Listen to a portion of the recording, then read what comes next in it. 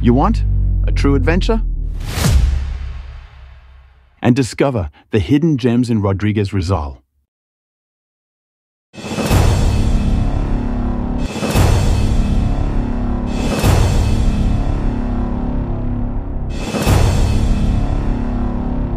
Isa na namang napakagandang adventure ang ating sinubukan mga idol. Dito lang yan sa Quick Escape Mountain Tours.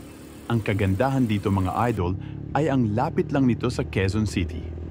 From Commonwealth Market nga mga ka-adventures ay bumiyahe lang kami ng 1 hour and 15 minutes papunta dito sa Puray, Montalban. I-type mo lang sa Google Map, Quickscape Rodriguez Rizal.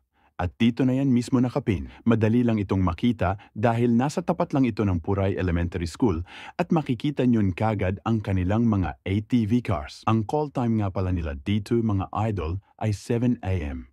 Bago nga pala kami mag-umpisa ay pumirma muna kami ng waiver at dahil first time nating gumamit ng ATV ay tinuruan muna kami kung paano i-operate at ng mga basic safety protocol. Madali lang naman siya mga idol matutunan. Kasama nga pala natin si Nalds Gala TV at si Idol Hawk 40 TV. Ang una nga namin trail mga ka-adventures ay ang river crossing, kung saan mga 7 to 8 ang tinawid namin. Dito talagang nag-enjoy ang aming grupo lalo na yung dumaan kami mismo sa kahabaan ng ilog.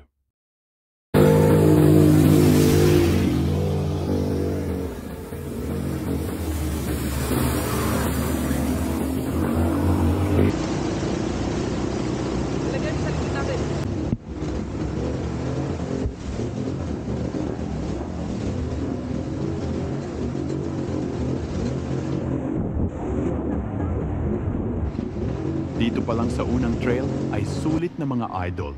At bago kami pumunta sa sunod na spot, ay nag-side trip muna kami dito sa magandang natural pool na pinagpatong pool. Running water at galing sa bukal ang tubig, kaya naman legit na malinis ang tubig ng kanilang swimming pool.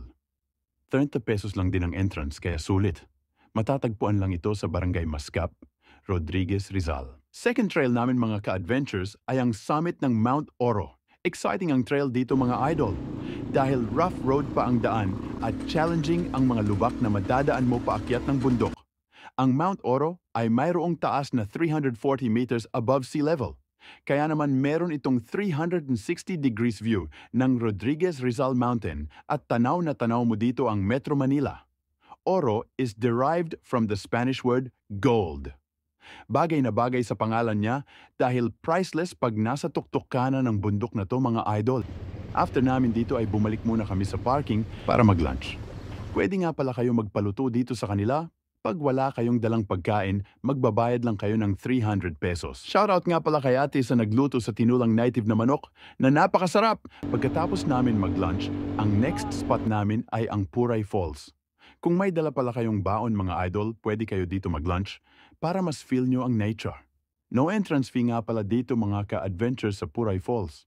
Maging responsable lang po tayo sa ating mga basura para mapanatili ang kalinisan ng napakagandang falls na to mga idol. Solid dito mga idol, napakalinis at napakalinaw ng tubig. Mapapaligo ka talaga dito mga ka-adventures. Next trail namin ay ang tinatawag nilang Hidden River or mas kilala sa tawag na Hantik River. Solid ang trail dito dahil may river crossing at may paakyat pa ng bundok. Medyo malubak din ang daan. Pero pag narating mo yung spot, ay mapapawaw ka sa ganda ng ilog mga idol. Legit malinis, kaya naman dito na naligo ang aming grupo. Konti pa lang din ang mga namamasyal dito, kaya hindi pa crowded ang ilog. Sulit ang 2,500 pesos namin mga idol sa haba ng oras. At dami na magagandang spot na napuntahan namin.